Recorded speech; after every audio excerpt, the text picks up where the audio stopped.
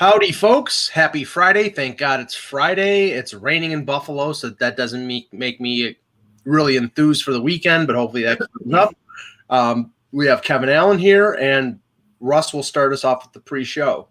Yeah, two small items. The first one is we'll talk about my dad's favorite player growing up, Willie Mays, his 90th birthday yesterday. Just tremendous. There's a little bit of controversy now that Howie Rose didn't mind inserting into the Met game.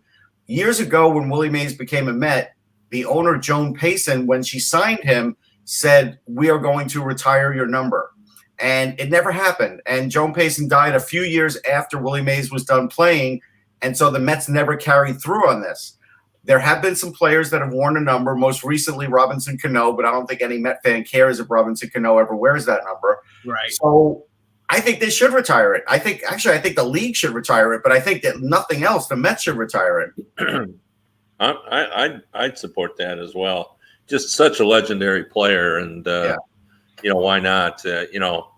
There's always an issue like some teams just have too many numbers, and it becomes ridiculous. But the Mets are not in that position. So. Well, Russ, the funny thing is it's well documented that the Wilpons were big Brooklyn Dodgers fans. Right. I have a feeling that if Willie Mays had played for the Brooklyn Dodgers, the number would be retired by now. Well, maybe, but they were even before the Wilpons. This predates that. Yeah, I agree. But they've been the owners the last whatever. But before Cohen took over, they were the owners for the last 15 years. Yeah, at least 15. Yeah, that's true. So the other thing is Albert Pujols got released. And, look, he's a legendary player. He had 7 home runs more than Willie Mays. So if you've done that, you've done well for yourself. And, he's one of the best players of his era, maybe the best. He's a surefire Hall of Famer. There hasn't been any issues linked to him. So, Kev, this is just – we see this.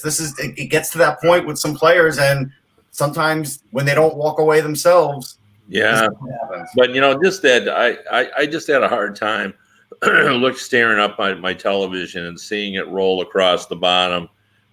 Designated for assignment. The designated for assignment is, he wouldn't leave on his own. We don't have any use for him. Yeah. So we gotta, that just was bothersome. It's just too bad there couldn't have been some sort of agreement that, he announces his retirement or something of that nature. Well, I wonder, and it's a National League team and there's no DH, but I wonder, and maybe he departed he left via free agency, but the Cardinals are an organization that embraces history, and I wonder whether there would be anything in terms of him going back to the Cardinals and capping off his career, returning to where he started. I mean, he'll find the ridiculous one-day contract, Mike. Don't worry about that. No, I'm not talking about that. I'm talking about him actually. I think it's the biggest joke in sports is when guys go back and sign the one-day contract. I hate the one-day contract. Well, I don't mind it. It's really a respect thing, It is a respect thing, but it's like, don't make it a contract then. Just say, hey, we're going to have Albert Pujols in. We're going to talk about his career. We're going to give him – there's no contract to sign. He's not going to play. Yeah, I don't think – why does that bother you? Because contracts are for players. If you sign a contract, you're playing. Because Russ hates symbolism. That's why. No, I don't. Yeah, I mean, I'm going to give you a symbol right now that's universal. You want to see it? Yeah, I mean, I've always thought that was kind of a classy thing to do, to bring the guy back, you honor him with a one-day contract, and I like it. I've always found it to, and it's really nice for players who, really didn't want to leave, but for whatever reason they either wanted to go try to win or whatever. That's really a nice way to do it, and it makes it official. I can see the Cardinals doing that with him though. Yeah, but I do have to say though, if you're talking about a sort of forewarning of big contracts for free agents, especially at an advanced age, the contract that the LA Angels signed with Pujols was possibly the worst money spent of any major league team over the last decade. Because if you look at his stats, if you look at like what he did starting in 2012 when he signed the contract, and it was a 10-year, $240 million contract, he hit 40 home runs once. His batting average, the highest batting average he had was in his first year, which was 285, and it went downhill from then. So his best years were with the Cardinals, and they way overpaid him. Listen, Artie Moreno has signed has signed off on some of the worst contracts in baseball. I mean, they really have. That's just a fact. Speaking of that, when you brought up a batting average and stuff, Russ and Mike too, you guys are good guys to ask about this. I've been wondering if we're going to be able to change the way we view baseball. Like for many, many years, we always talked about, well, you want to be a 300 hitter. Mm-hmm. Well, the average batting average now has gone down significantly, and the 300 hitter of yesteryear is now the 280 hitter now. Yeah, the league batting average is something like 230, which I was stunned by.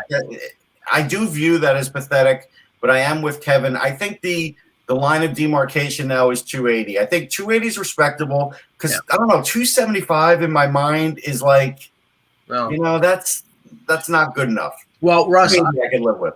Okay, and somebody asked the question of whether Pujols is a Hall of Famer. First ballot. He should be first ballot. Yeah, he's 3,200 hits, 667 home runs. There's not an inkling or any kind of hint of any scandal when it comes to steroids. Although that's always there. It's always going to get mentioned. But I've never heard it when it came to Pujols. So I think he's a first ballot guy.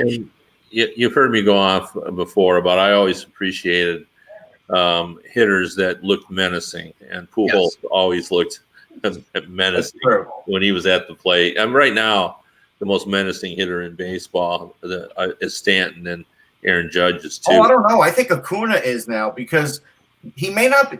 Stanton's menacing from a viewpoint, like he looks like. Yeah, that's what I'm talking about. I'm talking about just in general, not that he's a better player than Acuna. I'm saying when you're staring in at him, and especially if you're a lefty. If you're a lefty staring in at Stanton, you're looking at him going, "Are you kidding me?" I agree with you. It's just with Acuna, he is daring you to throw him a fastball, and he just hits it out of the park. I don't want to take anything away from Acuna because he's unbelievable. But I just think because of the size and the all that and that right now he's the guy. I've just seen him a bunch of times, and he's like a Frank Howard. When I was a kid, Frank Howard looked like that to me. Yeah, Frank Howard. But the number one guy, if you remember, I brought up is Eddie Murray. Eddie Murray was the most from both sides of the play. Absolutely. He just looked like he was. First of all, he looked like he was going to hit it through the box, right through your chest. Yes, and then beat you over the head with the bat. Yeah. The other guy right now is Juan Soto. All those guys. Scary, absolutely scary. These guys have such a great eye that it's hard to find their weakness. You look at this, we have these, great hit charts now that we can look at, and everything's a hot zone. Now, Kevin, I saw the Tigers play the Yankees earlier in the week, and it was really sad to watch Miguel Cabrera.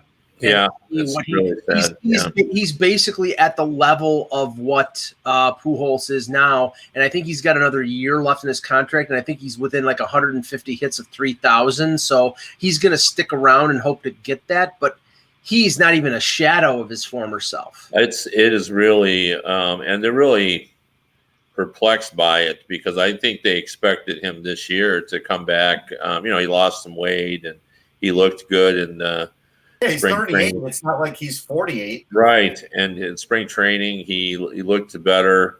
But, he's in like an 0 for 30 some slump now. I will say the last maybe 8-10 at-bats, he's fouling off more pitches. He's had 10 pitch at-bats, 9 pitch at-bats. So, maybe it's something there.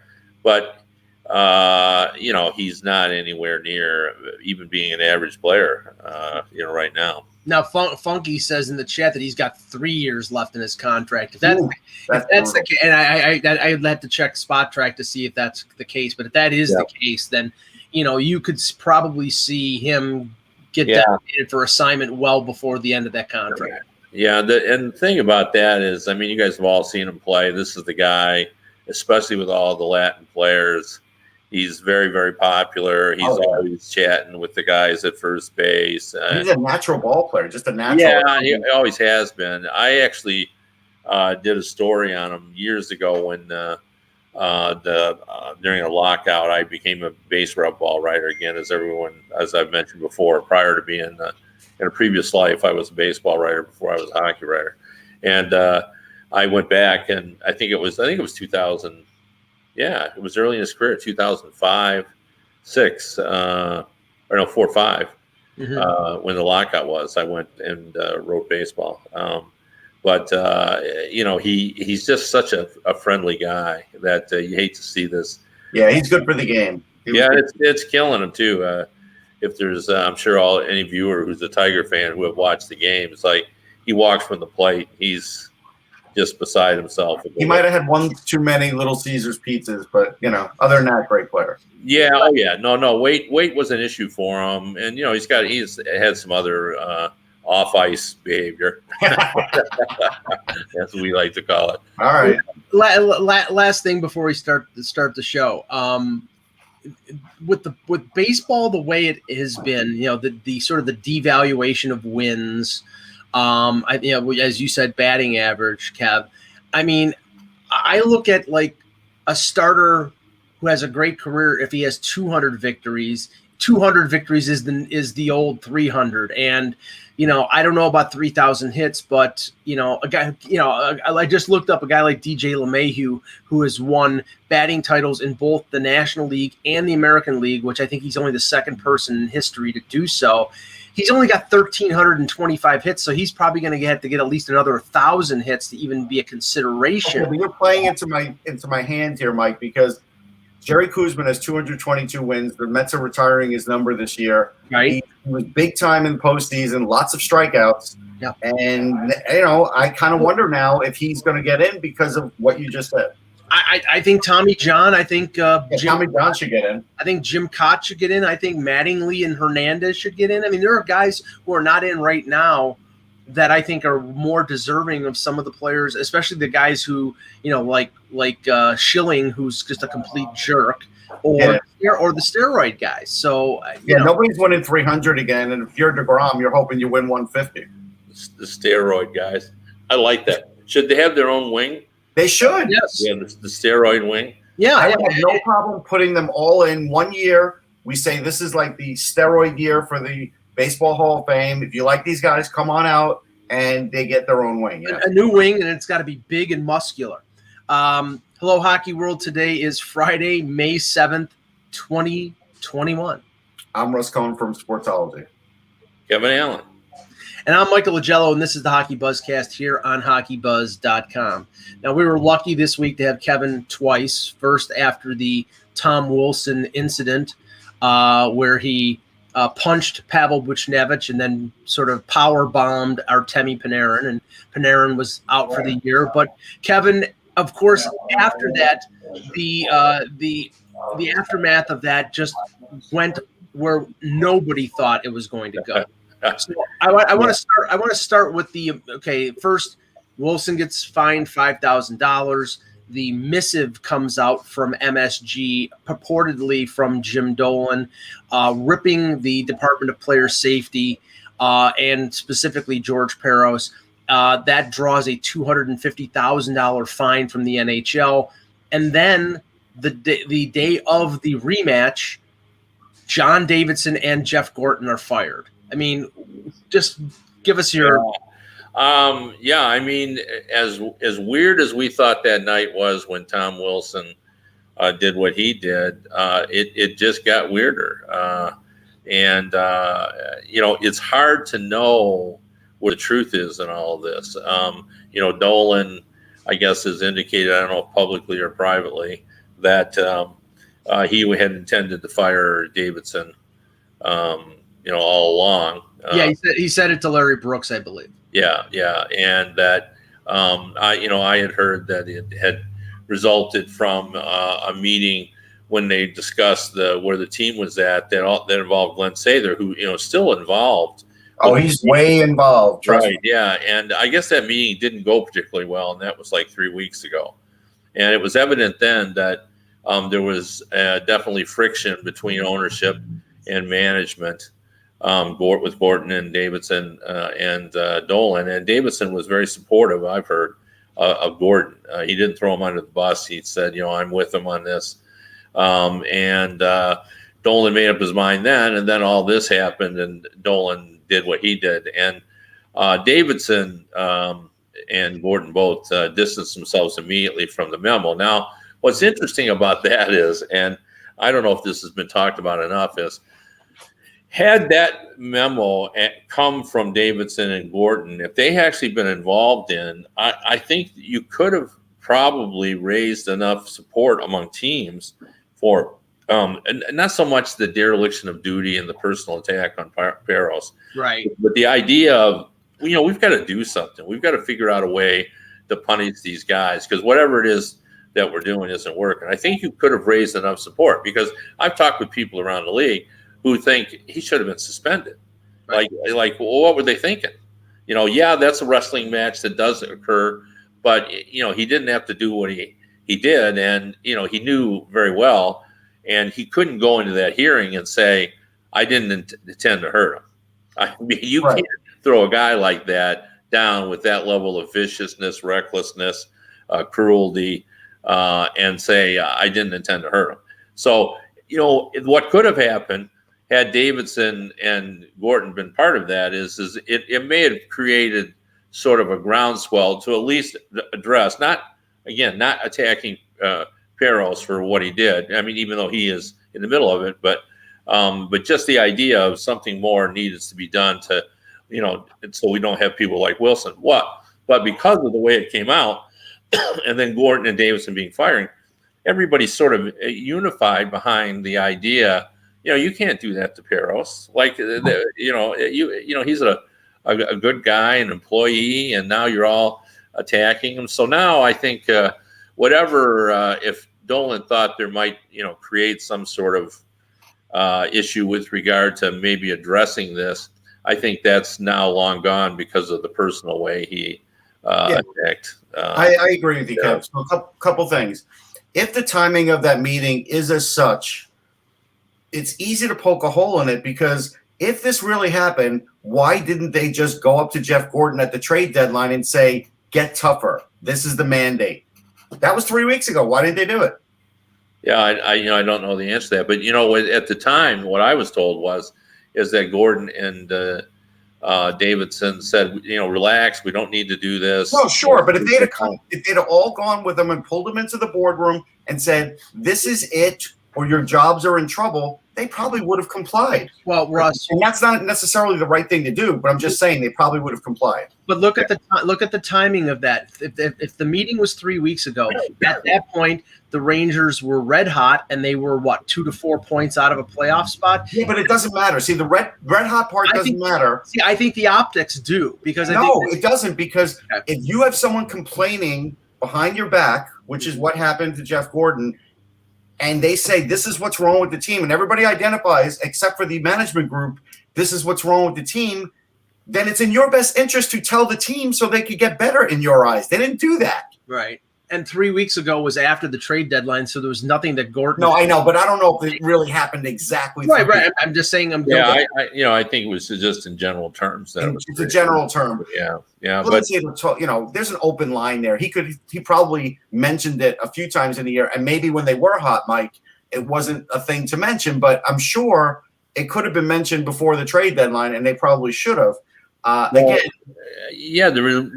ridiculous aspect of this, in my thinking, is you look at the two teams who are rebuilding, in the Red Wings and the New York Rangers. Now, the Rangers are much farther down the path. Right. They're much closer to being ready to compete.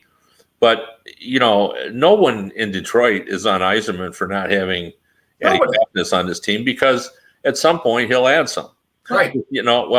I if I was Davidson, I would have just said, or even Gorton, I would have just said, we'll add some when the times come. We're not ready to do that yet, because we want all the roster spots to develop the skilled players. Well, there's another missing thing in this, though, Kev. The missing thing in this is, and I'm pretty certain of this, is that JD did say he was blindsided. I'm sure Gorton was too. They weren't in on this memo. And so when they found out just before it went out. And so as it's going out, they weren't part of the process. Right. That is a reason for you to leave a job sometimes when you're not a part of something and something else happens. You might want to leave your job at that point. Yeah, you might. But I think it was just an indication to them that they were going to lose their jobs. Because they weren't involved in all that. So. And if that was a bone that a bone that Dolan picked in terms of, well, I think we should need more toughness, then them trading Brendan Lemieux, who represented most. Right. Yeah, but he's not really a heavyweight. He's a pain in the ass, is what. Right. An agitator. Yeah. Right, but now just to move the story forward here. The Rangers and the Capitals play on Wednesday. I don't know about you, Kevin, but I tuned into the first period expecting what happened. I missed the opening face-off fights, did not even knowing that they actually happened. So because I turned the game on, it was 1953 of the first period and thought the game had just started. So I missed 4 fights. Well, it was also the year was also 1950. It was, yeah, because that's what we did. We turned back the clock, or at least it was at least the 70s. And here's my take on all that. The whole thing was silly. Now, it was. Now, saying all that, I thought Keith Jones on NBC made a good point. Or maybe it was Patrick Sharp. One of the guys did. He said, look, they went back in their room, they being the Rangers, and they all patted each other on the back, and we stood up for ourselves. If they needed that, so be it, because I thought Jones made a really good point. All the fights were well matched up. Yes. They made sure everybody was the same, basically height and weight, level of experience. There was no mismatches. Brendan Smith, who had raised his hand and volunteered, I'll take on Wilson. And that was necessary. What Smith did was necessary. Yeah, I guess as part of the NHL tradition, but I guarantee you, Wilson didn't change his attitude. No, he was the big winner in all this. Yeah. In all this, he is the big winner. No, but I think the fans wanted it. It sounds like ownership wanted it. And I think they felt, rightly or wrongly, they felt that if they didn't do that they were going to be looked down upon. So if they felt that and they needed to do that, then, great. They did it. We moved on. Nobody got hurt. The funny thing is that, and Tom Wilson said that he's fine and good to go for the next game, but he was pulled out for an upper body injury, which might have been to his brain for what he did to Buchnevich and Panarin. I'll just say that. But they cooled the situation. Laviolette cooled. Yeah, the situation. That's why they pulled him out. They wanted to bring the temperature down. That was a good move. I brought up the day before they shouldn't even have had him in the game. Well, if you don't put him in the game, then everybody says, "Oh, he's dodging on the face and dodging." So I guess. Yeah, you brought him in. You let Brendan Smith do what he does, and then then you create some injury, and then he doesn't have to, and then you bring down the temperature of the game. You can play. Yeah, but in the end, Buchnevich gets a 1-day game suspension because of what he did. There's the ultimate irony there. Wilson doesn't get any. And honestly, if I were rewriting the rule book, if you take off your jersey, if you take it off voluntarily, it's a 1-game suspension. There is no reason for Tom Wilson to be taken off his jersey. Yeah. There's no reason for that. And I don't understand why the league tolerates that. Come on, Russ. He was just showing them that he had his... but honestly, I'm not trying to be an old... No, he was just showing him that he had his tie downs on. Yeah, I know. I'm not trying to be an old hard ass here. But, Kev, you have to admit, that's not a good look for the league. No, that was absurd as well. And, I still stick by my original thought that what happened in the original confrontation between Wilson and Panarin and Buchnevich and Wilson, should tell the Capitals that, we need to have a discussion here on what causes. Is it anger management? Do you need to talk about this on, because obviously he was out of control there. And, it's just something he needs to fix, moving forward. Or, he's already been suspended 30 games out of his career. That's a lot of time to miss, so. okay, let's start looking at the each of the divisions here as we enter the final week of the regular season. Start with the North. Right now the Leafs are their magic number is 1 to clinch top spot in the division after winning 5-2 last night over the Canadiens. Edmonton is pretty much locked into second place. It's the only battle right now is the battle for third and fourth. And Montreal losing yesterday and Winnipeg winning on Thursday puts Winnipeg up by 2 points with a game in hand. Kevin, starting with you. I've seen Montreal the last 2 games, and Cole Caulfield is their offense. And that's about it. And it's sad that a 20-year-old playing his 6th or 7th NHL game.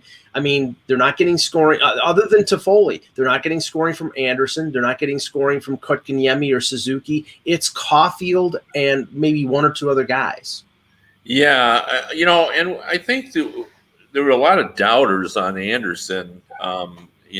When that trade was made, I was among them. I just said, hey, let's not get too excited because Anderson really only had 1 good scoring year. Yeah. He's a valuable player because he's got size and he brings some physical ability to the game, and he can score for sure a little bit. So I'm not all that surprised about Anderson. This is not a high scoring team, but they've just been disappointing down the stretch. They looked so good early on, and now it's just kind of all gone south. And it doesn't matter where they finish there; they're going to be out quick. I just don't see any way around it. I don't know. I think they'll get fired up when Price is back. I think that will change the complexion of the team a bit. I mean, we'll see. Do you think they can beat Edmonton or Toronto? I think it's possible because their toughness and their defense can keep the score down. And if they could get on the right side of the power play with still a guy like Caulfield and Suzuki on it, there is a little magic with those two. You can see it. Yeah, Toffoli has really been good this year. Yeah, he has. And he probably will come back too. He's got 28 goals. I mean, I have to say though, yesterday Gallagher's still out. Weber was out. That matters, yeah. Price is only starting to skate now, so they're hoping to ramp him up before the playoffs. And those are 3 very key players. But right now, I mean, I grant you, Russ, that they're tough, and their size on defense, especially if Price is okay. If Price is right. Sorry about that. But if Price is right, I mean, then they have a chance to beat Edmonton or beat Toronto, whoever they face. Well, and I'm going to bring up now the other Anderson because giving up a couple of goals and a half, in a period in the AHL, he's probably going to end up playing in 1 or 2 more games down there. Yes. Because, and the thing is, like you said, Campbell is definitely the starting goalie now. But if he continues to give up a couple of goals in these AHL games, you're not going to want to see Freddie Anderson in these playoff games because there's definitely something wrong and he's definitely not ready. No, I think what's going on here is I think everybody knows that Jack Campbell is going to be the starting goaltender in the playoffs for the Leafs. Right now, it's whether Freddie Anderson can be the backup. Right. Well, don't you want to see more out of him? He can play 2 more games down with the Marlies, and then if he's working with the team in practices during the playoffs, then maybe he's a viable option for number 2. I mean, if they have to go to David Riddick, then but they might have to. We don't know after these couple of games. A, how Anderson's going to react, how his body's going to react. But B, he's got to at least have one of these be a 1-goal period for you to think that he could even come in an NHL game. And Anderson they may not be able to fit him under the cap to get him NHL time before the season. Yeah, we should talk about the Jets too. I mean, they're a team that I thought was capable of perhaps winning that division in the playoffs because they had such a dangerous offense. But they injuries have really just undermined their progress. And I know that Morrissey got hurt in the previous game. I don't know whether he played in the 4-0 victory over Calgary. The one other thing I wanted to mention, the two things. One is Austin Matthews scoring his 40th goal, 40 goals in 49 games. That pace. The NHL the PR sent out, the list of names of players who had scored 40 goals in less time were Mario Lemieux, Yager, Bure, and McGillney, and they only went back to, I was curious, they only went back to like 1995. I'm like, okay, Gretzky scored 50 and 39, Bossy scored 50 and 50, so.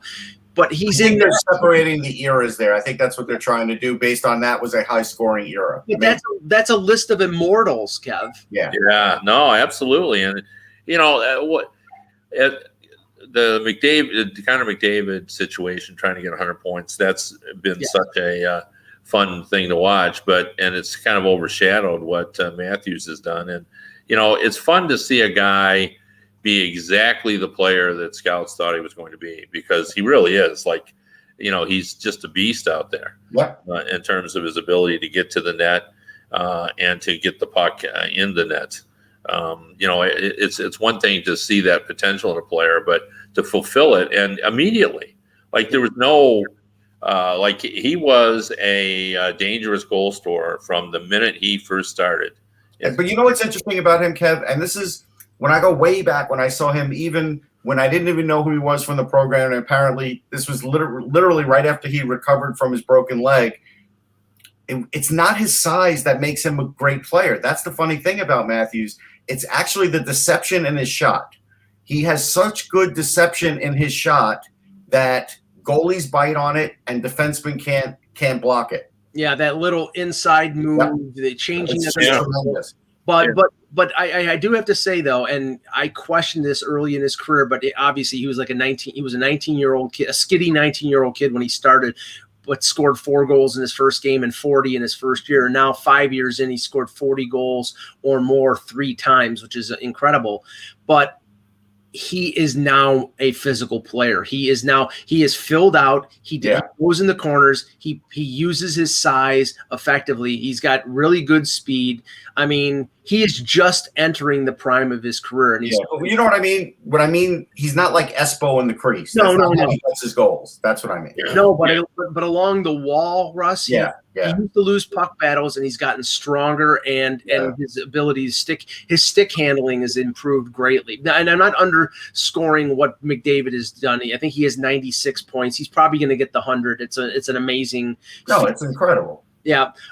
Switching to the West, Vegas is leading with 76 points. There's a battle for home ice advantage between Colorado and Minnesota, 72 and 71 points. I don't know how much that matters, but I think it matters to Minnesota, because I think if Colorado is home ice, Minnesota loses that series.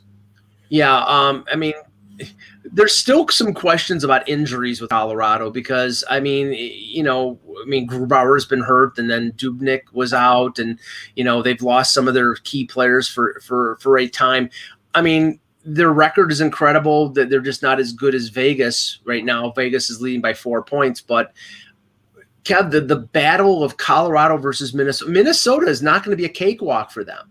Well, no, and I think they're a real sleeper. To me, Vegas, even though Colorado and Vegas are the Vegas favorites to win the Cup, I think Minnesota and Colorado are pretty comparable teams. If you look at them statistically, they're pretty comparable. And I just think Bill Guerin has done such a good job of erasing, you can call it the chemistry problem or the culture problem or whatever that however you want to define it. That's a completely different attitude that team has in terms of, being on the same page and getting things done that are necessary in order to be a successful team. And, I think it'll come down to goaltending, and it's not unthinkable that Minnesota could win the goaltending battle there. I don't think either of those teams are going to beat Vegas now, having watched them over the last 3 or 4 weeks pretty closely. They're playing really well, and they're just so consistent. You get the same thing, and they're not a perfect team, but they have, they've got the leadership, they've got the goaltending. Pietrangelo has changed the look of their defense. They've got the scoring. They've got all that's necessary in order to win the cup. I've been pretty impressed with them.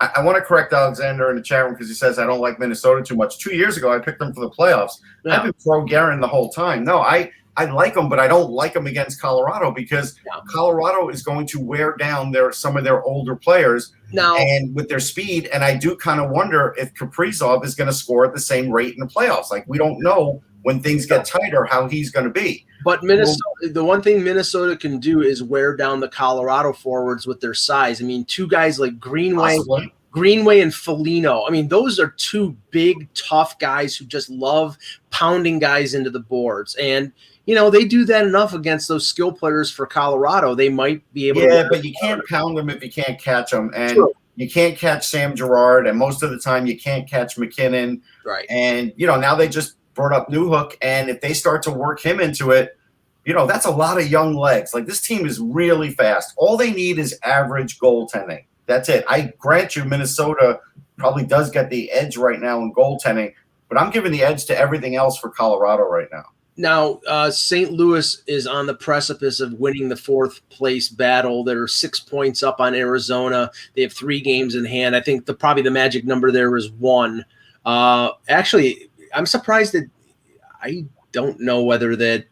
Maybe it's LA that can catch them because LA's got 5 games left. Arizona only has 2 games left, so they're not going to catch the Blues. The reason I bring up the Coyotes is because Darren Dreger is reporting that Rick Tocchet will not be back as Coyotes coach next season. I don't think Let's talk about that for a minute. Well, that's ridiculous.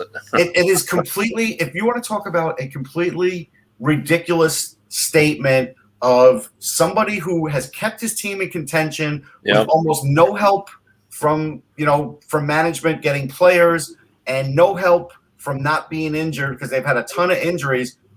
I don't get it, Kevin. I really don't either. I think he's done a tremendous job. He's had no offense for the time he's been there. Right. And, he's got that team playing strong defense. He has a good goalie, but really there's a lot of Rick Tocchet. In the fact that they've competed for a playoff spot this season with a team that really wasn't good enough. Dreger does not specify whether it's Tocchet wanting to look elsewhere or whether Bill Armstrong wants to move on and hire his own coach. I would assume that it's Armstrong wants to find his own guy. But in the end, it's like – you also have to look at the possibility of who could I get? Right. That's the problem here. Yeah, I mean, are you going to go there if you're, like Gerard Gallant? Like, why would he want to go to Arizona? He's not going to want to. Yeah. Is he like golf? There you go. And Torts isn't going to go there. So, Mike Babcock, possibly. I mean, Mike. With the problems they've had, they cannot hire Mike Babcock. I know.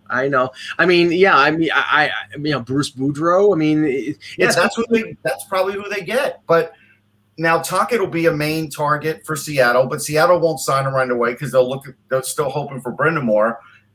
So those 2 guys are going to hang out there for a little while, I'm sure. But yeah, this really catches me by surprise. And even if it is Tocchet wanting that, why in the world is this out there right now with the season still going? It is a horrible look for the Coyotes. We all worry about the Coyotes as an organization anyhow, and this makes it seem more unstable. Yeah. Switching to the East, right now the Penguins lead with 75 points, but they have 1 game remaining. The Washington Capitals have 3 games remaining. They're 2 points behind them. Boston has 3 games remaining. They're 2 points behind Washington, and the Islanders are firmly ensconced in 4th place with 68 points with 2 games remaining. So right now, the only question is who plays who in the first round, and it's still nothing we don't know. And this is the worst possible scenario for these teams, and that is. All the top 4 are so comparable. Like other than Russ Cohen, no one has any idea who's going to win that playoff. No, I mean seriously. I mean Russ always believes he knows, but the rest of the world, when you look at that mess, like you just don't have any idea. Like to sort it out. I mean Russ, I'm sure you'll tell us who you think will win in the playoffs. Well, the only thing I'm thinking right now, and my thinking has changed because I thought the Islanders would be the class there, and they really have dropped a bit. Yes. And the move so far didn't help them. So that's one thing.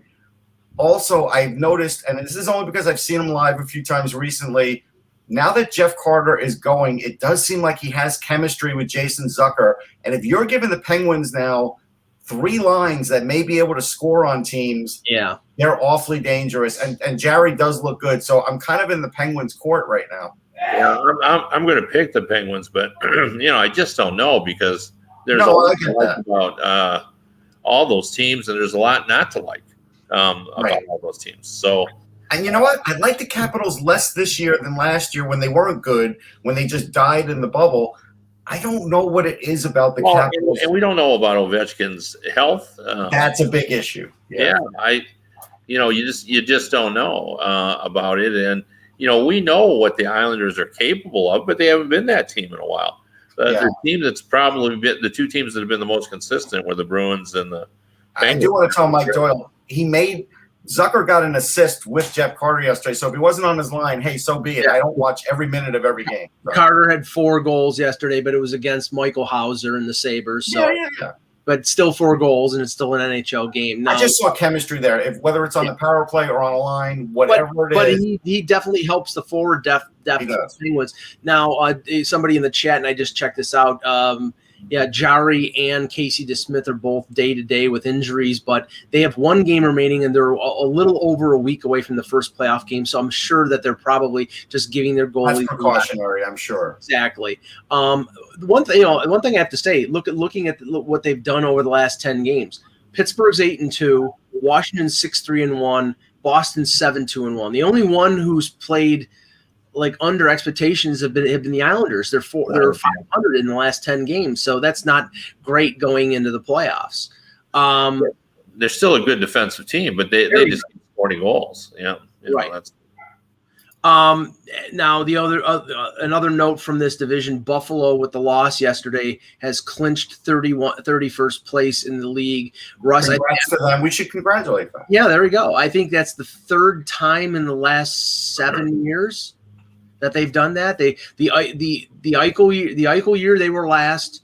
The Dahlin year they were last, and now this year they were last. They did it without trying. It's 3rd now, right, under the new rules for the draft. Right, they can't fall any further than 3rd. But here's the funny thing: with Eichel, they intentionally tried to be this bad, and now they're just this bad. Like they didn't intentionally. No, that's well said. It really is. but Eichel wasn't there, Russ. He really the real Jack Eichel wasn't there even when he was playing, and then he wasn't there for the other half. All right, but it doesn't matter. Even if you have Jack Eichel there, they're probably coming in 30th, Mike. Oh yeah, I mean, far be it from me to be an apologist for the Buffalo Sabres, but I don't know.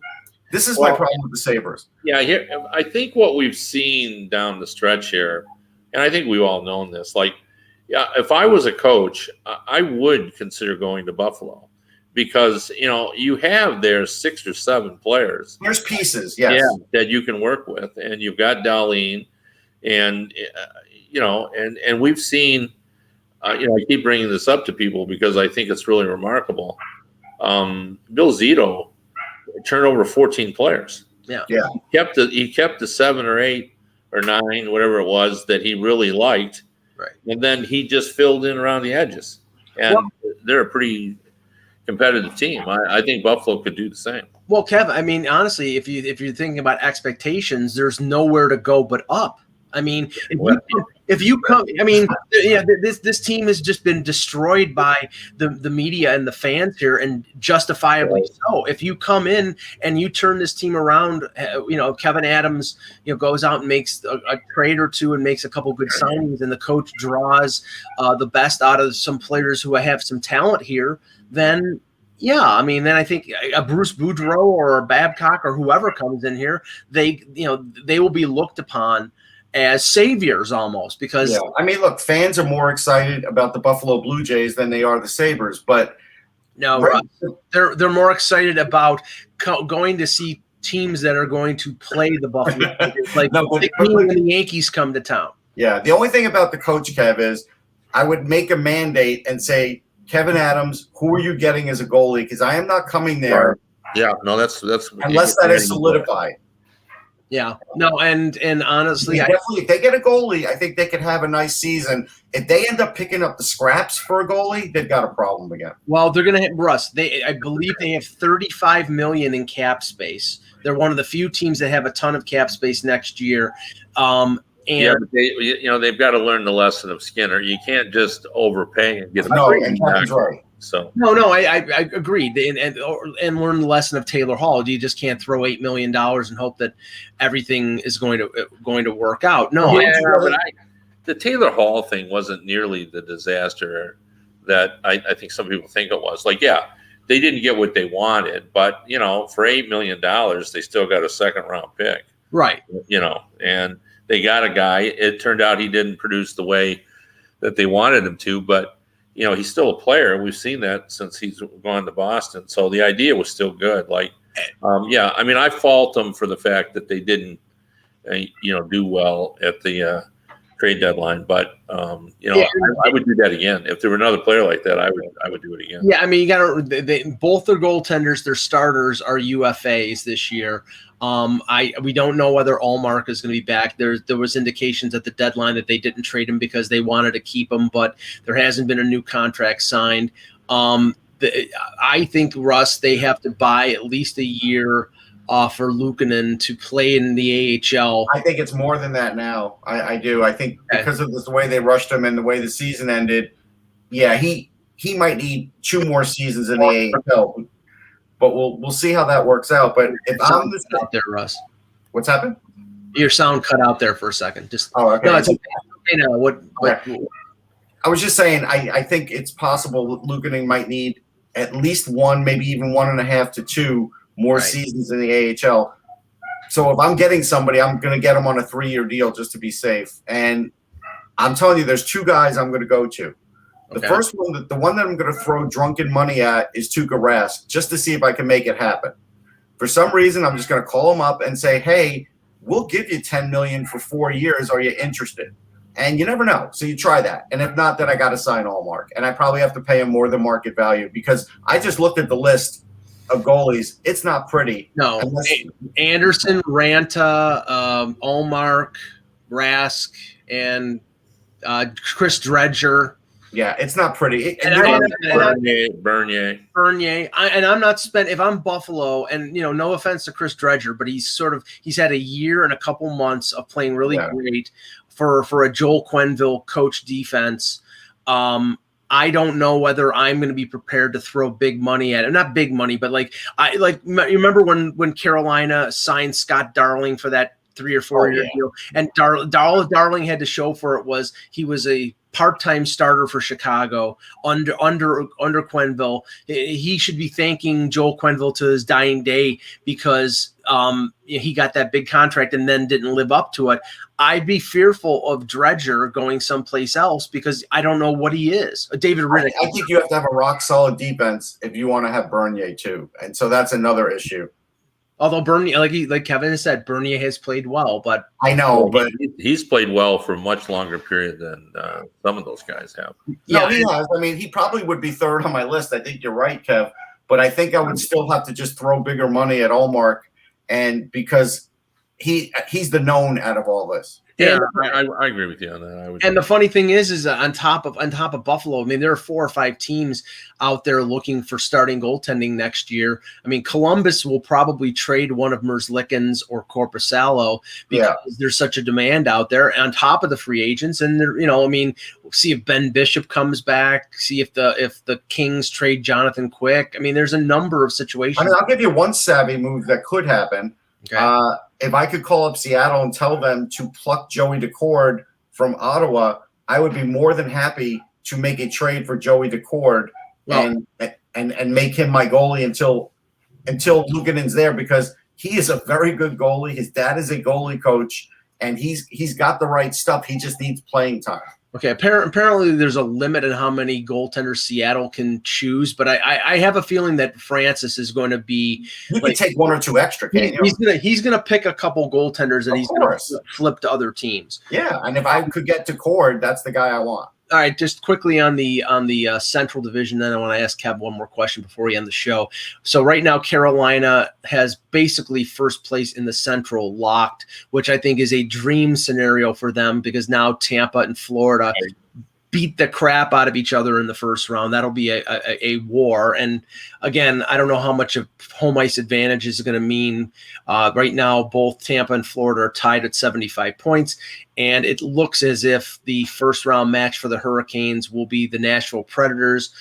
Dallas is 4 points behind the Preds with a game in hand. So it's mathematically possible for the Stars to catch them, but it doesn't seem that the Stars have enough energy to catch them, Kev. Yeah. No, I'm really shocked that the Predators pulled this off. If you watch them, Me too. Yeah, they really showed nothing, and then all of a sudden they've kind of gotten it together, and it's not been the guys that you would have thought that they would need the guys like Johansson to rise up or Duchesne, but it really, and Forsberg was hurt while they were making the rise.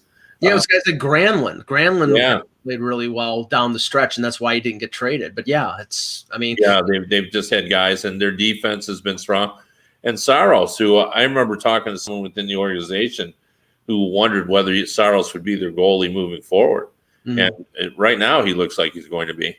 I would say right now he is the goalie moving forward. I will say this though about Carolina, Mike. Yesterday they had a loss where they looked pretty lifeless, and Martin Netjes was upset about the way they were playing defense, and Brindamore was very upset post game. And so maybe that's a positive, or maybe it's a negative. We'll have to see how that goes because it could go either way. And one other thing, I don't know, we didn't really mention St. Louis other than just in passing they're in. I think they've done exactly what we've expected them to do, and they're doing it at the right time. And Kev, because of the players they have, with what they've been through, and the coach they have, and guys like Tarasenko pulling through it, and finally, and nobody's going to want to play them in the playoffs. Who wants to play the St. Louis? Yeah, but they're not the same heavy team that they were when they won the cup. Like that defense, I look back at their defense. They had a bunch of guys that were all 6'2" and better. They're not their defense anymore. And do you still want to play them in the first round? I don't.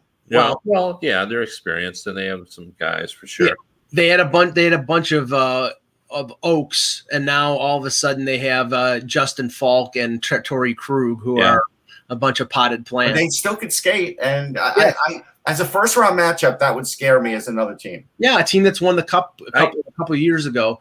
They'd be scary. Okay, Kev, here's the thing I'm wondering. We're a week. The schedule has the regular season ending on the 14th of May, a week from today.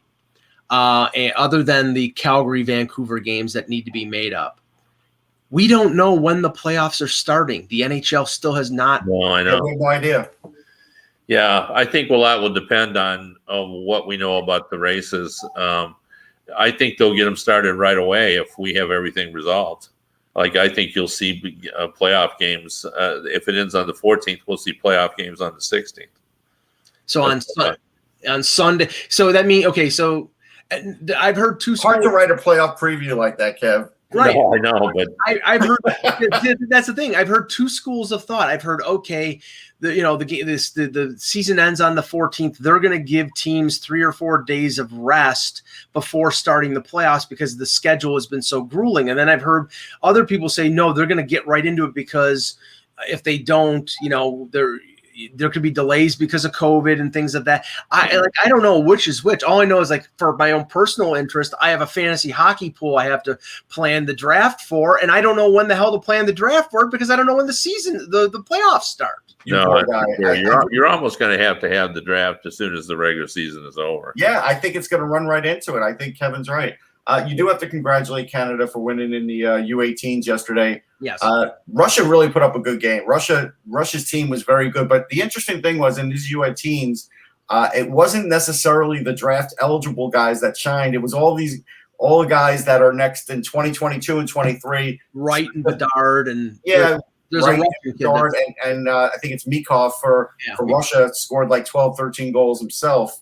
And so it's amazing with the youth that the way they play now and the way they're poised. And Kevin always talks about it. And I still think Shane Wright is better than Bedard, but he's also older. Everybody likes the flash of Bedard, but here's the thing, the trap that you could always fall in when you're watching prospects. Just because one guy is a year younger and he might be scoring at the same rate or close, doesn't mean he's necessarily going to be better.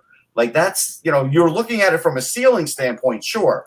But I think that is a trap that everybody kind of falls into at times. And, I actually think as an all-around player, Shane Wright had a better playoff and a better run here than Bedard. Bedard was terrific, but he was mostly terrific in these big offensive moments, although he did get stopped on a penalty shot and then he scored a goal not that long later. But Shane Wright was really doing everything the right way, no pun intended. I had interviewed his agent about a year ago. I've been following him for a while because he is a special kid. I can't imagine he's not going first overall next year. Can't imagine. Yeah, and Bedard apparently he tied Connor McDavid for a player under the age of 16 scoring the most points. It was 14 points. And he's not Connor McDavid. Let's get that real clear right now. Right. He's not. Russ, I know. The hype machine, it's going to be like that. It's just going. I mean, he was an exceptional status. Everybody's going to think he's the next Tavares or the next Stamkos or the next McDavid. Yeah. Sportsology is doing prospect previews. I did do a little blurb on the U18s there. I have a thing on Beniers that's been up there. So I have a few things from the U.S. team that was up there for about a month. So you can search that out. And yes, there'll be some new fresh ones up there soon. All right.